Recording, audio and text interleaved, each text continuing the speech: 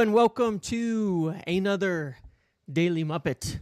Good afternoon, good evening, good morning, and goodbye. Andre Onana, that's the main subject we're going to talk about to start today's show. Did you like that? I thought that was pretty good. Goodbye. Andre Onana, that's the big story of the day. Andre Onana on the cusp of a move to Turkey. And for some, this will come as a big surprise. For some, this will come as a big shock. For some, they will have said all summer that Onana was going nowhere and Onana is the first choice keeper. But no. For others, that will be not a shock. So we're going to talk about that today because that is the main story. That's what we're going to talk about. We talk about Mainoo as well, kind of hitting back on the speculation around his post, which I did talk about as well the other day. We're going to talk as well about Ruben Amorim, and this is another reason why I back him so much right now and why I feel so positively about him as I do. And a few other things, including Baleba 2026. The plan is on. Stuart, thank you for gifting 10 memberships to the community. As always, I appreciate your support so much. It means a lot. Somehow we're here. I kind of expected that we would be getting some sort of news on this. We get our last little gasp of the transfer window. So we'll talk about this for sure.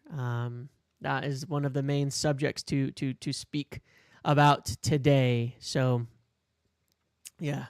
New Justin Bieber album. What is that all about? Sound is off? I don't know. I tested everything beforehand. If it's a little bit funky, it's a little bit funky. I don't have the answers. But yes, we'll talk about all of these things as well. Have I lost pounds? Are you saying have I lost weight? I did lose a little bit of weight from the start of summer to now. And the first place I tend to lose weight is in my face. I get a little bit fat. I get a little bit jowly. And then as I lose weight, it slims out a little in my face. Even if it's just a tiny bit of weight, it helps me. So I appreciate that. I try to stay under a little bit of there's a certain weight where when I go above that, I start to get fat in my face. It is what it is. We got to deal with these things. And as I get older, it looks worse. But yes, thank you all for being here. Appreciate you. Hope you've been enjoying this quiet window. First bit of noise in like a week since the deadline on virtually anything. But I hope you've been enjoying your weekend. Hope you've been enjoying some of the international break football. I've been catching up with other things going on, and so not so much about the about football. I haven't been catching up with the international games too much, unfortunately. Maybe next week, but I have not caught up with them. I always feel like this first international break, even the international football is like very mediocre. I don't know. Something about it feels not real to me. I mean, I think there's meaningful games, but I'm not sure that there's a lot of meaningful games. So, yeah, I haven't really caught up with it. England was very boring, so, yeah. I got to ask you guys a question. Do you think... Here's some speculation for you, all right? Does anybody think, to a small degree, just to a little degree here, all right? Thomas Tuchel. Obviously, he's somebody United tried to bring in actually to replace Erik ten Hag, but he turned it down. They didn't get an agreement at that point in time. I think he wasn't sure United were ready, and to be fair, he's probably right. I actually think the United job might be viewed as very attractive to him now, even though he turned it down earlier. And I get a little bit suspicious. Of something on this whole Mainoo situation, which we'll get back to later. I'm just suspicious. I'm slightly suspicious that Thomas Tuchel is purposefully causing trouble at Manchester United right now. I think that Tommy Tickles is exactly that type of person to stir up a bit of drama at Manchester United, because if he doesn't win the World Cup with England, maybe at minimum make the final, I feel like he's going to leave. He doesn't seem like a guy who's going to manage England for a long time. I don't know why I feel that way. I mean, maybe it's because he doesn't stay long anywhere, and he's German and not English. I feel like he will want to leave after the World Cup. And I think he's lining up future opportunities and causing just a little bit of drama and keeping his name floated around in the circles, keeping some just causing a little bit of trouble. Like, well, if I was your manager, you'd probably be doing well. You'd probably be playing more. I think that there's something in this. I do. Because I'm very suspicious of Mr. Tickles, okay? It's just he's I mean, you read the stories about him, his sex dungeons. I don't know what that has to do with any of this. I just think it represents, there's a lot going on in that man's head. And I think that he's you never know what he plays games. He plays games, and I just have a feeling he's very, very conniving. And I feel as though he thinks if he doesn't win that World Cup for England, he could be leaving, and he might be keeping some of those options and jobs open and things like that. You guys don't know about the dungeons. I feel like some people would know about the dungeons, but maybe it's just me. Maybe it's just me who knows a little bit about the dungeons. You're disappointed in me, Marcus. Why? You don't think that my conspiracy is somewhat accurate? Listen, I got to tell you guys something. I just have to say something. I've got very good intuition on these things. And sometimes that intuition is backed up with reasons for it. And it comes across as brilliant intuition when it's actually just, maybe I already know that what I'm saying is true, but nobody else does. Just saying. We'll see. We'll come back to this. In 10 months from now and see if he's not pushing. I think Amram's going to have a good season, and the discussion will be moot at that point in time. But I'm just saying, don't forget what I've spoken about today, okay? Don't forget. I mean it. Don't forget, okay? Don't. Good intuition on dungeons. Yeah, I mean, that too. We've all got our things. There's no shame in that, okay? We all have our vices. No, but anyway, besides all of that, thank you all for being here today. That's our show. That's it. No, let's get into it. I do have an agenda so that we can try to stay on track. I've already gotten off track in the first 8.5 minutes, but that's what we do. Let's talk first about Andre Onana. Obviously, the news today is that Andre Onana is close to a move to, I'm going to mess the name up, to the Trap Kings of Turkey. That's it, right? I got it, nailed it. Trabzonspor.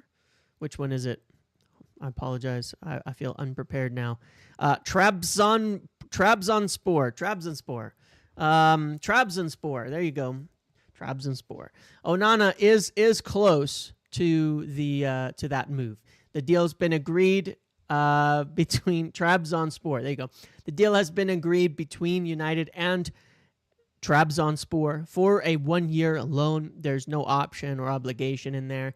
A pretty obvious kind of situation, pretty obvious kind of a reason in there, which is that they're going to want to see how he performs before paying any money or anything like that.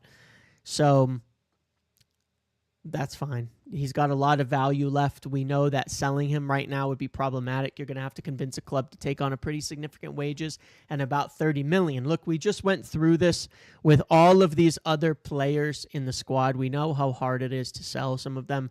And I think Onana is at the absolute bottom. I think he's at the absolute bottom of this. I saw that on Cunha, but the point being, it's not serious, okay? Here's the thing. It's, as I heard it, Cunha, grade 1 hamstring, most likely, very minor injury, but it's still 2 to 3 weeks. The fact that he's already on the bike tells you that Cunha it's not a serious injury. If it was a more serious one, he would be. It means the swelling's gone down. It means he's ready to exercise, to stretch, to make sure there's no further issues. Realistically, he could make the bench for City, but it would be more of a risk at that point in time. They probably won't take that, and he'll be fine for Chelsea. All things considered, it's pretty damn good for a hamstring. You can do a lot worse, and it's sometimes players don't notice when they get that initial pull, you know what I mean? Like sometimes they don't notice when they get that little pain, and then they keep playing, and then it turns into an actual tear. He noticed early on, sat down right away, came off the pitch. Smart to do that, so that'll be fine. I think we're okay. I think we've got enough options. We've got Xerxes, we've got Mbumo, we've got Sheshko, we've got a lot of options that can play up there. We'll be fine for one game either way. But yes, I'm more encouraged by the picture with Cunha already on the exercise bike, because it does mean it isn't that serious. But on Onana, obviously off to this move here.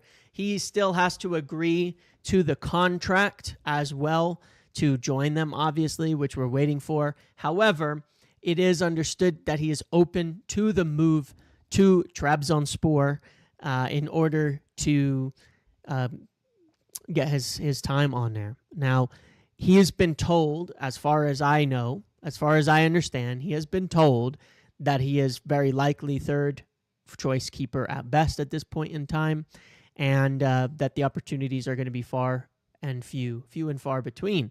Even Bayindir has been someone that Ruben Amorim has been more impressed with than Onana at this point when we look at it, and I would tend to agree at this point in time. Bayindir's general goalkeeping is pretty good. It's just what he's bad at is disastrous, like trying to catch a ball, silly things like that. So point being, the opportunities for Onana are assumed to be extremely limited, and the expectation is that he will accept the move. And that, look, we've seen this before. They're pulling no punches on doing this. And one of the things I want to address here is how I'm quite amused by some of the way that the reporting has been on this whole goalkeeper topic from the start, because this has been a lot of people, a lot of good reporters, mind you, have been really, really stitched up over this whole Onana thing, haven't they? Because 2 weeks ago, people were writing articles left and right, everybody, constant articles. When we started looking at Lamens, that Onana was expected to retain his number one keeping position and Lamens would be competition. 2 weeks later, Lamens is in and Onana's going to Turkey, and Bayindir is the competition for Lamens. So when you look at that, you go, what happened here? What's going on here? How has this happened? And look, not patting myself on the back, but if you've been watching all the videos I've been telling you for some time, Onana's not the number one keeper. There is no number one keeper. Onana was not given, I don't know, I've wondered where those reports come, because they certainly haven't been coming from Ruben Amorim. They haven't been coming from Ruben Amorim, that's for sure. I guarantee you that. Ruben's not been telling Onana he's his guy. I can guarantee you that. How long have I been telling you guys Ruben Amorim was pretty upset with the way that he came back unfit, the way that he came back and got injured? How many times I've been telling you that? It's not coming from Ruben. So who's been saying he's number one? You know what I mean? Like, not me, not my keeper, not my manager. You know what I mean? So it's just interesting to see that. And I think that we've had this funny thing where outside of the few weeks during the tour, people have been pretty thrown to the wind. But I'm pretty happy with how this goalkeeper thing came out. Yes, it was late, but in the end, the right thing got done. We got a new keeper in, and we moved Onana out. And the two things that really, really pushed Onana out the door from United was coming back, getting injured right away, and the contract stuff. Crazy. It's so I don't know what I struggle to find a word for it. I said this the other day, and I could not find the words for it. But it was so I don't know. It's almost delusional, but it's kind of like, what are you like? Do you not see what's audacious? Very audacious. The audacity to ask for a new contract when you come back unfit and because you missed on Champions League. That is audacious. That is like very shameless in my opinion. Yeah, those are good words. Audacious is great. That's a great word. That's a powerful word, audacious. I like that one. So anyway, that's Onana. Look, this is what they're going to do. They're going to push players out. You don't do well enough, see you later. You know what I mean? 2 years, gone. Everybody, 2 years, gone. You know what I mean? That's the way that they're approaching this. That's the way that they're running this club these days. And I'm happy. I'm impressed. I'm very, very impressed with that. This tells me they're serious people. So look at next season. Well, if you know what's crazy, all right? You move Onana out. You move Onana out now. And take a look at the team. Take a look at the team and look at how many starters from last season who started last season probably as first or second choice we have removed. Look at that. Look at how that goes. Onana, Antony, Garnacho, Rashford, Højlund, gone. Five bona fide regular starters between the last few years, gone. Just sent out, sent away. It's impressive. It's impressive. You have to respect the willingness to make significant changes. We've seen in the past, we've talked about it. We're seeing for real these things now these days. What about Dalot, Shaw, Maguire, Bruno, Casemiro? Well, Casemiro will be gone next season. They would have sold him if they could. Bruno, depends. He could be gone next season. Maguire could be gone next season. He could stay longer, though. His contract's expiring next year if he wants to. Shaw, if he stays fit, he'll play. He's got more contract. Dalot probably needs to have a good year, too, or he could see himself be replaced. Frankly, Eriksson, Lindelof, as well, correct, yeah. The free agents. But, I think people think every one of those players is like a sure thing just because they're playing now. No. Here's the fact of the matter. If you're here this season, you're going to get your fair shot. If you're going to be here this season, you're going to get your fair shot. Those are guys that they think we want to see how you do this season. We want to see, and then we'll talk about it in the future. So, yeah, there's going to be questions. The players I think under most question, if you look at next season, are Dalot. Casemiro's going to go, so we don't have to talk about that. Dalot, Shaw, Mason Mount, good start to the season, gets injured. Can he stay healthy or not? If he can't stay healthy again, there is a chance he can leave, but he's been good to start the season, so let's hope it's a minor injury. I want him to stay. I think he's shown the quality he's got. I hope he has a good season for us. But Dalot, Shaw, Mount, technically De Ligt and Mazraoui, but De Ligt's come on so strong to start the season that it's right now he's looking great. And Ugarte, and then Kabi and Bruno. Those are your main question marks that you're going to have going into this season towards next summer. Who doesn't play? Who doesn't do well? Who doesn't make their mark? Could be gone next summer from that group. I think a lot of them are going to do well. I don't think most of them are going to fail. I don't think most of them are going to flop. I don't expect it's going to be all of them. Xerxes as well. Yep. But there's a lot. They're serious about this two-year thing, even for Ineos signings. But, they're serious about it. They're serious about it. They really mean it. That, you know, you get 2 seasons under them to show what you can do, and otherwise you're gone. You know, and they'll move you on. And we don't have the ability to carry passengers anymore, and that's the truth of it. So I think next summer will be almost the final year of clear out, where we're saying it's the old guard. And after next summer, it'll be pretty much all new Ineos-led signings with a couple of people, like if Bruno stays. You know what I mean? But otherwise, it's going to be a brand new team. You know what I mean? It's going to be a brand new team. You know, maybe a couple leaders like Maguire, you know, who could hang around for longer. Maybe Shaw, you know what I mean? Like, there could be a couple guys like that.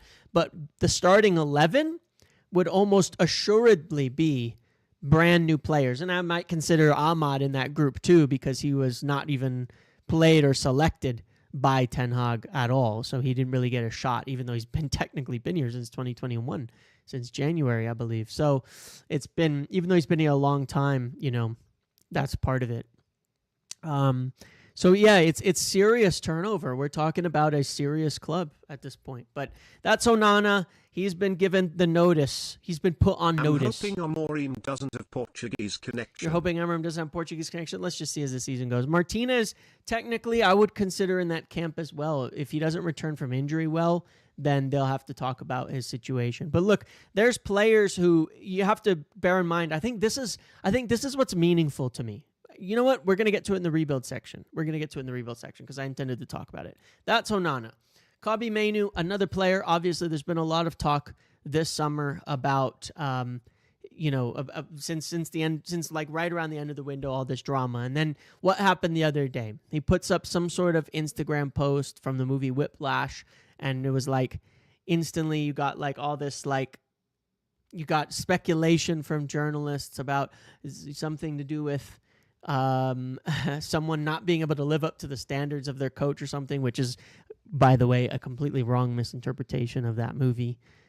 I recommend you watch it all the way to the end to understand what the movie's actually about. But really, it's so silly. It's so silly. It's a great movie. It's an incredible movie. It's a very strong movie. But you got all this speculation. Now, I said yesterday, look, the speculation around that is nonsensical. That the post is not a hit against Ruben Amorim. I promise you that he's not spending his time during the international break thinking of cryptic movies to post to hit back at Ruben Amorim, okay? That's not what Kobbie Mainoo is doing during his free time. He's not the type of person. He's not that type of guy. I do think there's been too much noise around everything. I do think there's been way too much noise around this whole thing, and I think that that's unfortunate because I think there can be 3 things that are true, okay? 1, I would like to see Kobbie Mainoo play more football. 2, there are things he has to improve upon in order to play football, and he has not made himself undroppable, but I would like to see him play. 2, there are things he needs to improve upon. And 3, the noise that's coming out of around it is too much right now. It is too ridiculous. The fact that all the narratives that are surrounding this between agents and all the talk, and it's like, oh, they're trying to get rid of all the academy players and all of that kind of shit. It's too much. And all of those 3 things can be true at once. And I feel as though most people feel the same thing as me on that. Would you agree that those 3 things are true? Are there any of them that you disagree with? 1, that you'd like to see Kobbie play more. 2, that there are things he needs to improve and he's not the finished article and the perfect player. And 3, that there's too much noise around it, right? All 3 of those things can be true at once. And you don't have to take sides because there's no side. There's no side to take. There's no side to take in this.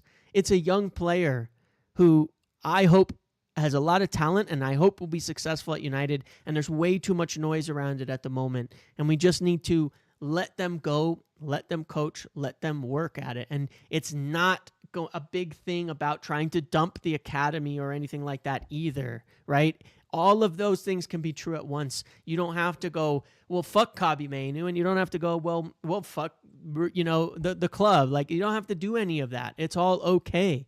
You can be, we don't need any of that. Anyway, he posted, obviously, I saw that he commented that there was nothing in that post, stretch or whatever like that. That was not what that post was about or anything. So, clearly there wasn't, and I don't think he's the type of person. I think he's a quiet, humble, and hardworking guy, and I think it's okay.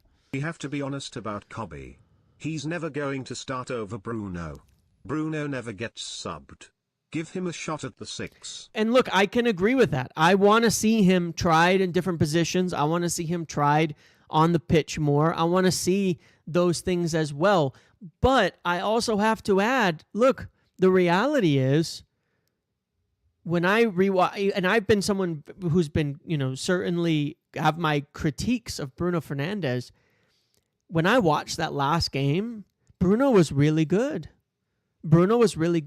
He did things in that game against Burnley you're just not going to get out of Kabi Mainoo. Frankly, you're not going to get them out of anybody else in the Premier League. A couple of the passes that he made, he was playing within the system well for the most of the game, but also,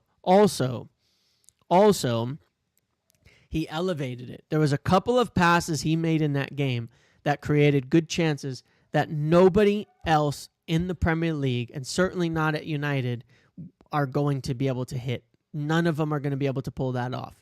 So it's I don't think it's as simple as just saying, and I go back and forth on Bruno because what does he bring to the table? But if he can be disciplined, there are things he can do that nobody else can do, including Kabi. So I'd like to see Kabi in different positions and, rotations and substitutions and things like that, and that would be good. But it's like, let's just let it be. If it's next year that Mainoo becomes the starter, so be it. You know what I mean? If it's next year that he becomes the starter, then so be it. I think that's okay too. And there will be plenty of minutes through this year. So regardless, I just want it to calm down.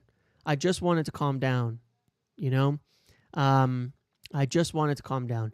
Bruno and Mainoo do play the same position. In this system, they do. And I was thinking about it the other day and thinking, and I don't always like to do this comparison, but like, what would Sir Alex do? Because I compare it to a degree to the Pogba situation from a long time ago, even though it's not like as toxic and there's no Mino Raiola, even though his agents are maybe just as bad, to be quite honest. What happened back then? Sir Alex wanted to keep Pogba, but he wasn't going to promise him minutes to keep him. He was going to ask him to be patient and that he will get his time. And I think that we're in the same position right now. The ideal thing is that Kabi does need to be patient and bide his time. There are things he needs to improve upon in his game. Right now, I think Kabi is a really, really, really good small spaces player in a team that requires a bit of brilliance in big spaces in order to make it. And I think that'll be okay. I think we will figure it out and get there in the end. I think it'll be fine. So I'm preaching for patience on this all over and just relax, and we don't have to be anti anybody. We don't have to be back and forth with anybody. And Scholes was 22 when he became the regular. He said himself, yes. And what did Scholes have that Kabi Mainoo doesn't, that maybe Kabi can improve upon over the next year or two? What does he have? The passing range. I'm just going to say, if you want to debate it in that sense, Kabi wouldn't be starting in any of Sir Alex's teams either, based on his current skill set, because all of his midfielders, and he also played often in a 2, was either dogs who worked hard, ran their asses off, and were quite physical, or they had incredible passing range, if you think about it. There are things that Kabi needs to add into his game to be one of those guys. You got to be able to hit that long pass, that diagonal. And I think Kabi can add that to his locker because he has the skill set. He has the ability. And I think that's something that can improve because people may not love to hear it. We need that. We need that. You've got to have that in this team to play in the midfield. You do have to have the ability to ping a long ball out wide. You do. You just need to. You don't have to be that good, but you just have to be able to release the ball quickly and in those big passes. And I showed that in the tactics. It's a requirement from the midfield to just hit it out wide. And I think Kabi can improve in those areas, and then I think he'll be perfect for that position in the end. But we'll get to that. And that's why I'm preaching patience, because I want him to knuckle down and work for that, and I want him to stay, and I want him to get into that kind of role at this point in time. And I think that when we have another midfielder in there who can do a lot of the dirty work and who has a crazy engine and who brings quality to the table, then it helps. It will help. And that, of course, brings us to Carlos Baleba. Carlos Baleba, as I've said before, the plan is next year. The plan is next year, and they plan to go back for him. He's the top target, and we're ready to make that move again as well. I saw Fabrizio talk about it some more. Some others talk about it some more. He wants us. We got that jump on it. We kept our relationship good with Brighton. And essentially, we feel that he will be prioritizing us next year, and that, we can convince him to join United and that, to come to United next year. So that's what we're working on. That's the biggest thing there that we're trying to essentially get done. Now, you'll notice next year is not specified. Again, my understanding on the Baleba situation is that we would be willing to try in January, and that we'll at least make a little bit of inquiry in January to see if something can be done there. Next year also doesn't mean January, so we'll see. It obviously somewhat going to depend on Brighton, but if we're in a situation where it makes sense, where we feel it can help us, where it could be necessary, then we could get it done there. But I do think our goal would be to get that move agreed before the World Cup, before the distractions, before the post-World Cup window, either way, and get it sorted out. So I still think we'll get Baleba. I think that there's no reason we've walked away, other than we're going to go for it again next year. So yeah, that's kind of the plan. And there again, as we were talking about, there's going to be a lot of clubs in for midfielders next year. We know that City, Liverpool potentially, and others. So it'd be a good side. It's a good time. We're going to have to get a jump on it for top targets as well. And I think that in the long term, if things can go well with Kabi, you could see a nice partnership between Baleba and him that could work very well. If there's things he can improve upon in his game. And look, it's like Ruben said in preseason, he has big plans for Kabi. He's not a liar. I mean, if anything, Ruben is not a liar, right? I think we can all agree on that. I mean, there's things he'll lie about where he'll be overly positive on somebody and say, give sort of a non-answer like you'd expect a manager to. But I was there. I was there when it was written. You know what I mean? And he said, I've got big plans for Kobbie Mainoo. But when he gave the specifics, this is what I think is very meaningful about his comments about Mainoo. When he gave the specifics about what he needs to improve, to me, that tells me for sure he's telling the truth and that he's actually really and seriously thinking about it, because he's looking at it and saying, I've got a big plans for him and I have the specifics about what he needs to do. He wouldn't have those specifics if he didn't rate him. He wouldn't have the ability to express.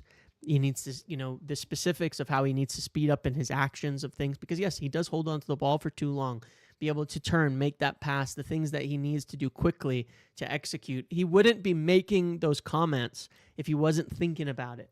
And there is a long-term plan for Kabi, and I think that Baleba fits right into that as well. I was there. So anyway, I do believe that there's a good sort of overall plan in place to make this happen. His mind changes often. Yeah, in the moment. Those are emotional swings.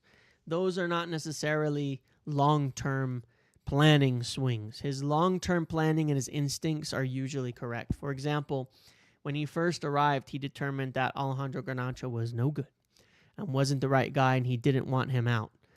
And he didn't want him. Then over the course of the season, he tried him. Then summer hit, get out of my club. You know what I mean? So he will swing a bit back and forth on certain things, and he will end up at what he believes in, for sure. Last season, Ruben said he was still trying to find his position. Yes. And I think he's decided that, if you notice, right? Last season, he said he wasn't sure. This season, he is sure. It's behind Bruno Fernandes. It's in the 8. And I've expressed this before in a video that I did on Kobbie Mainoo, exactly why I think he can be the perfect guy for him in that position. There's things he does really well, but there are things he needs to improve. There's no doubt. And I hope that he will. And again, I see this long-term plan. So yeah, there's that. Now on the rebuild, what I was going to say is that, what was I going to say about this? There was something I was going to comment, which was that, there's obviously what we're seeing is a seriousness in this rebuild, in actually turning over starting 11 players and moving them on. In keeping that 2-year policy and being willing to completely turn over the squad. And this is kind of why I'm so bluntly bullish at the moment on Ruben Amorim, and why I say, regardless of kind of what we're seeing at the moment, I think he's the right person, because not a lot of managers come into a situation like this and are willing to take the hit. When you look at the amount of turnover, what do most managers do? Most managers will push for having the biggest squad possible with the most options in the team, keep everybody, and try and squeeze out wins however possible with the players that they have there, and maximize the number of people that are in the team. You know what I mean? Most managers want a huge squad, so they have those types of options. I've seen comparisons to things like Maresca and talking about how's he been able to figure it out. Well, when you have 65 players at a club, it's really easy to figure out how you want to set up your team, because you have options, and you look at them and they go and they've just cycled through players who were important one year or not the next, because they already have players in the team that can just do whatever is needed, because they have such a huge squad. Well, most managers don't want a big squad. Most managers want a very big squad. They want as many options as possible. Credit has to be given to Ruben. Serious credit has to be given to Ruben, which it is by management, to say, you're willing to go short. And this ties into the Baleba thing. You're willing to go into the season short on options. We've left you short in the midfield. We've left you short in certain areas because we want to stick to the long-term plan and not panic, and say we're going to only get the right people at the right price at the right time to build our title-winning squad. And he's willing to say, okay, that's what we've got to do. Don't mess up the long-term plan. If you bring in a different manager tomorrow, what message have you sent that manager? Think about that very logically for a minute. Think about that very calmly and very, very clearly. If you were to let go of Ruben Amorim and bring in another manager, what message have you sent? You've sent to that manager that the short-term goals are all that matter, and you will lose your job if you don't win immediately. And you may not want to hear this as a fan. You may not want to hear this right now. And I'm sorry to say it, but we're not there yet, where short-term results are everything. We're just not there yet. You can be there. You can be there. But you've said, nah, we're still going to let these players who have been here, who need to prove it, we're going to let them off the hook, and we're going to say to the next manager, you come in and win games. And what are they going to do? What are they going to do in that case? They are going to pick the players they think are going to win today without any regard for the future, because there is no future. And yeah, and that's where I go, and it's like Ruben could end up being the right setup guy. We have to finish the setup. Let's say he's not the right guy in the long term. It doesn't matter to me. We're not done setting the club up. Like Arsenal, I use the example, I think Arteta should leave, because I think Arteta was the perfect setup guy. And I think after this third season, it's been flat. And you have to look at it and say, at that point in time, you've got to change manager because he's not taking it up. Now, when does this clock tick over? When does this clock tick over? There's a point, okay? There's a point. There's a point where this isn't the same forever, all right? I'm not saying that this is like an endless point. But the fact of the matter is, realistically, I would say once you hit, I don't know, maybe November, December period, once you're in that period, you're starting to look a lot at those short-term results. And you're starting to say, you've had the time, you've got a good team, you need to start producing. Like I said before, my standards for it are that the second half of the season, United have to look really good under Amorim to be the right guy. The second half of the season, we have to look really good. Not just okay, not floundering, nothing in the middle. We need to look good. I want to see United. United need to be in the top 4 or 5 on points pace in the second half of the season.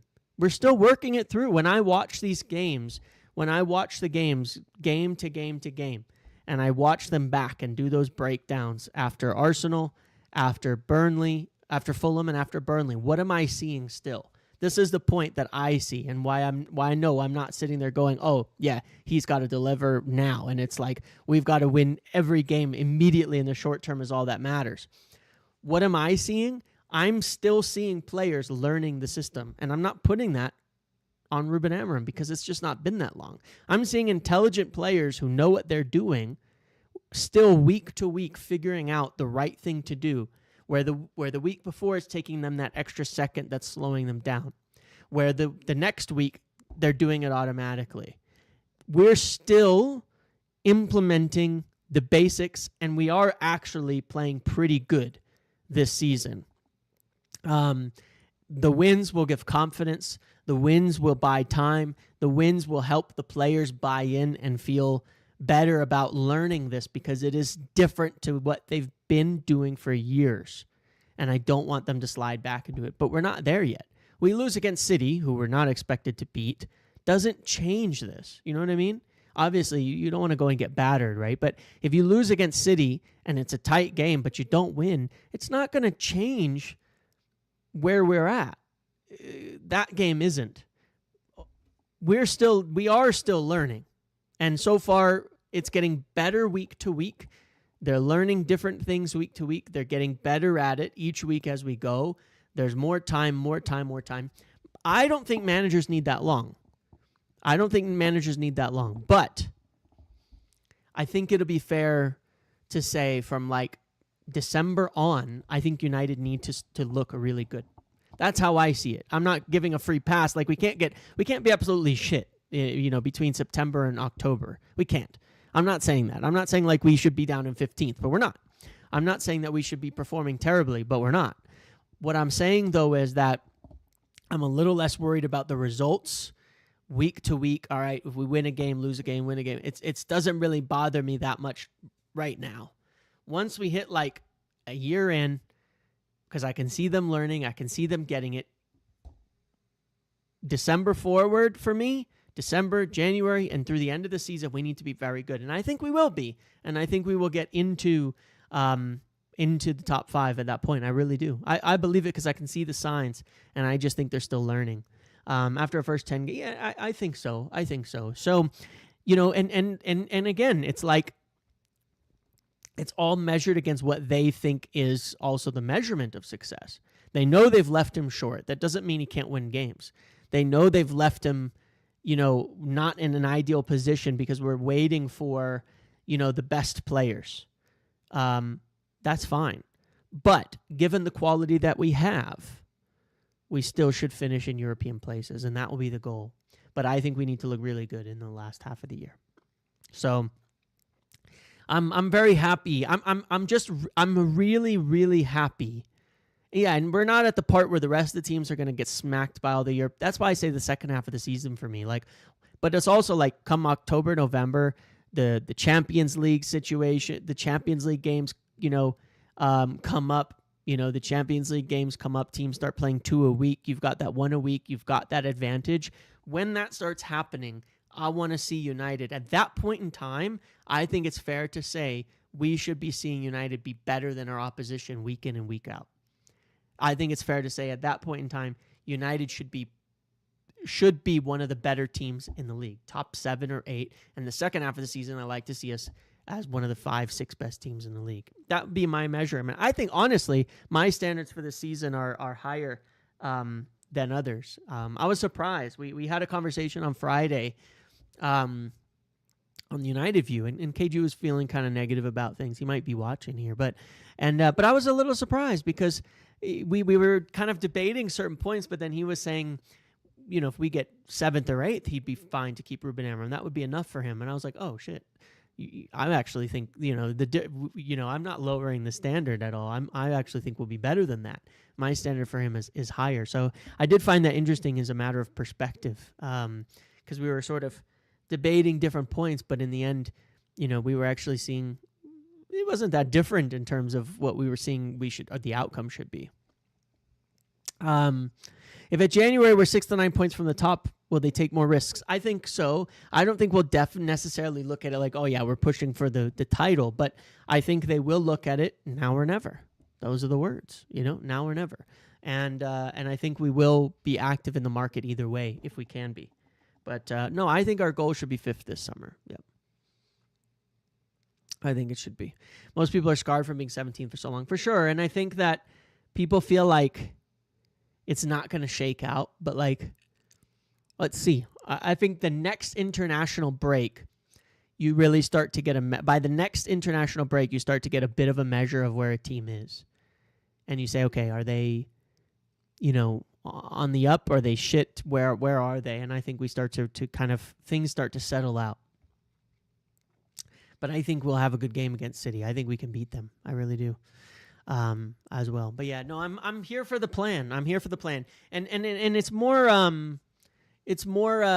philosophical, for me, from a standpoint of, if you were to make a manager change, you are immediately saying, forget learning a new system, forget gaining all of this, forget growing, forget all of that. Instead, results now are all that matter, and I think that's just going to be kicking the can down the road again.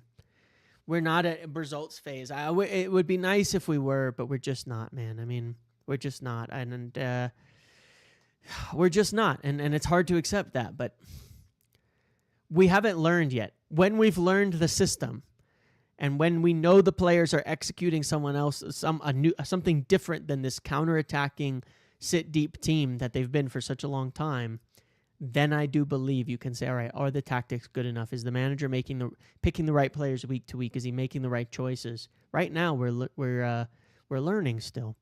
Once we've learned, I think that's good. If you make a change before the players have actually finished grasping what they're trying to do,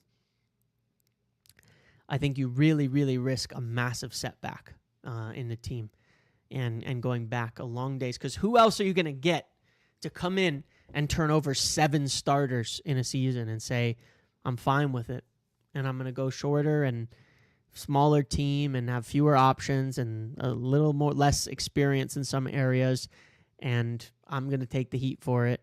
Who else are you going to do? So it is what it is. That's my view on it. So that's the rebuild. That's the rebuild aspect. And then there's, Anything else to speak about? Obviously, as we saw with Cunha, he is back on the bike.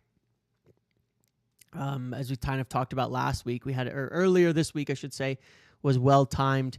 Not a serious injury that he has. He's there's a chance he makes the bench against City, but more than likely, Ruben Amorim tends to be pretty careful about injuries. He still has a very good record on injuries, by the way. I know we get injuries now and then, but on the numbers, our injury record has improved drastically, and hopefully that continues. But even this, like having a hamstring injury and it turning out minor to the point where Cunha may miss one game at most, is pretty good. So I think it's more likely he'll make it in time for Chelsea, but I think it's more likely he'll make it in time for Chelsea. So, but you never know. It could be as soon as City on the bench, just so we have him as an option. Mason Mount injury update soon. Oh, cool. Let's see.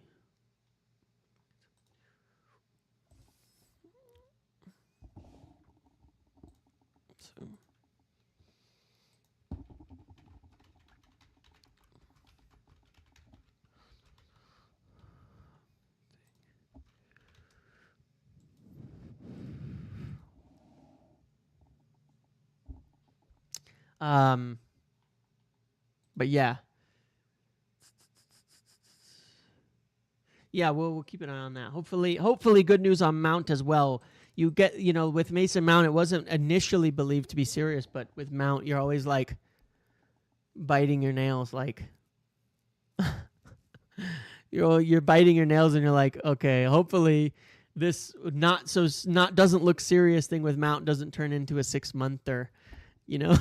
With Mason Mount, you just never know. By the way, I have forgotten to ask, have you liked the video yet? We've got 800 plus people here. Turns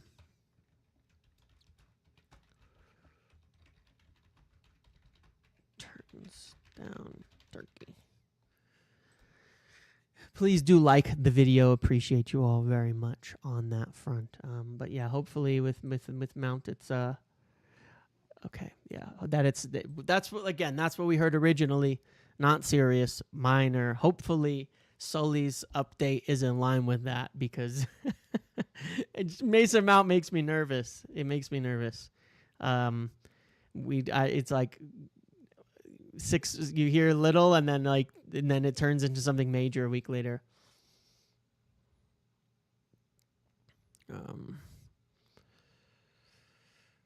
But I have a feeling, guys. I have a feeling Sully's giving us good news. I have a feeling Sully's giving us good news shortly. So we'll make sure to retweet and post that, and it should be coming out here in just a minute. But I have a feeling Sully's giving us good news on Mason Mount.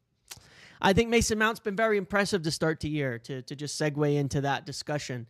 I think that Mason Mount has had a really good start of the year. I think he's I got to tell you something. All right. I was just thinking about this the other day. Because we were talking about Mainoo and things like that. And like some of the responsibility he's got to make himself undroppable. And I think about Mason Mount for a second. And I think here's a player who's barely been able to maintain health. And yet, when he's fit, everyone picks him. In his entire career, every manager loves him. Every manager picks him. Every manager somehow figures out how to put Mason Mount in your team. How? And then I look at how he plays, and I watch and I analyze the first 3 games, and I go, I get it. It's like Danny DeVito, it's like, oh my God, I get it. You know what I mean? I get it. And in this system, ironically, he looks better than ever. He's doing things that you can tell that managers will love. Even if it's not always showing up as goals and assists, he's doing things that are unbelievably vital to the team and the system, and just the way that he manipulates spaces. We are a better team when Mason Mount plays. And that's almost tough, because we kind of have to get beyond that. We need Šeško to play. We need Cunha to play. We need Mbumo to play. But man, he does work. He does so much work. And it's like there are things he does that are just crazy important. And you can tell he works to make himself useful no matter what. Even though he lacks open space pace, he lacks long passing. Like, he's also, to a degree, a small spaces player. But he's managed to find himself in a team and make the work. It's quite impressive. It's quite impressive. So it's only a very good thing if he's fit, because I think he's made a big impact to the team as well. But yeah, I think Sully will give us some good news here on that. And his work rate and his intelligence is quite incredible. He always finds the gaps in the defense to pick up the ball, to move it around, to do things. And I have to give him credit, because against Burnley, he was actually putting some really good those pinged passes. If Mount can do it, so can Kobbie Mainoo. He was doing it. One touch, bam, send the ball out wide to Mbeumo or Ahmad. That's what Kobbie's got to do in that position. That's what Kobbie has to do in his game. Instant. Turn, boom, send it out wide. Mount is not a crazy long passer, but if he can have that in his locker as well and do that, then Kobbie Mainoo can too. And I think that's one of the things Kobbie needs to be improve upon, and I hope that he will. And I think that would make him an incredible asset to us, like Mason Mount is, because there's a lot of other things Kobbie does really well that Mason Mount does really well too. But that's one of those things that I noted against Burnley that Mount did exceptionally well also. I saw the stories on Marcus Rashford. I don't really buy that. First of all, they were from El Nacional. I don't think that's a particularly good outlet for this type of news. I don't know if there were some valid reports or not. It's September 6th, my dudes. I do not believe there's anything serious about it as of yet. I mean, so basically Mainoo should be a playmaker. DLP. No, not exactly. Not exactly. I've pointed it out in the not really. Ruben's system just requires almost everybody to be able to switch the play. Like, I don't know if there's another word for it that I'm missing, but Ruben's system requires almost everybody to be able to quickly switch the play at the right time, because it's the fundamental basis to his whole build-up and second phase progressions. Manipulate the defense to one side, switch the play to the open fullback on the other side. Everybody has to be able to do that. You don't need to do crazy things with the ball. You just have to be able to do that. And you have to be able to release it quickly, because you are manipulating transitions, right? Manipulating artificial transitions is a big part of modern football. They only work if you are quick in your thought, quick in your actions. If you're slow, if you take too long, if you sit on the ball, the moment is gone. There was one moment against Burnley that could have been a 2-on-0 opportunity. I highlighted it in my video, where Cunha drops in from striker, picks the ball up off of Mbeumo, who passes it with pressure off his back, goes straight up the pitch. He's 5 yards behind his center back, running full speed at that back line. Cunha hits the ball over to Ahmad, who wants to pop it over the top, right? Ahmad gets it about a second late, half a second late, and Mbeumo was offside, so they had to turn it around. If Ahmad moves a little bit closer to the ball and comes a little bit deeper, a little bit quicker, if Cunha hits it slightly early, then boom, it's over the top, and you have an attack. But this system requires that, and sometimes it requires a lot of that because it's manipulating transition opportunities. So Sully says, understand Mason Mount's injury is not seen as serious, considered minor. He's already doing strength and rehab work at the gym, taken off as a precaution, working on physical motion recovery. So as I said, yes, I'm very happy to hear that. Very, very happy to hear that confirmed as well by Sully. What we heard originally was that it was minor. And yes, good news. So both Cunha and Mount, minor issues, could be on the bench for City, but almost assuredly both by Chelsea. So Excellent, excellent stuff. And I think that is a good place to wrap it up as we hit the hour mark. Some more good news. We've made it, guys. We've made it through preseason. We've made it for the first few weeks of the year. And we've picked up no significant injuries. How nice is that? What a thing to think is like when you do compare that to other teams. I think Newcastle have lost like 6 players by now. I'm happy about it. That's it. That's what I've got. Anything else? Anything else you guys want to talk about before I end this off today? But that's it. I think we've about covered it. We've got good news, good signs, good things happening. Onana likely on his way out. Injuries, not serious. Yeah, Amorim survived supposed, crunch talks. I don't know. Oh, I guess we'll find out about Diogo Dalot, but maybe he picked up that injury he picked up something on international break. We don't know about that, so I guess we'll find out. Yeah, Dembele's out for ages as well, or a few months. So anyway, guys, thank you for watching today. I appreciate you very much. Thank you for watching. I hope you've enjoyed the stream. Make sure to like the video on your way out, turn the notifications on, subscribe, do all of that. I appreciate your support. Thank you, Stuart, again for the 10 gifted memberships. Thank you to the donations, to RSV and Jason for the donations and the questions and things like that. I'll be back tomorrow to do something. I don't know what. I have a video that will be coming out with somebody else, so maybe we'll put that out tomorrow and big kind of discussion podcast style. So thank you all for watching. Appreciate you.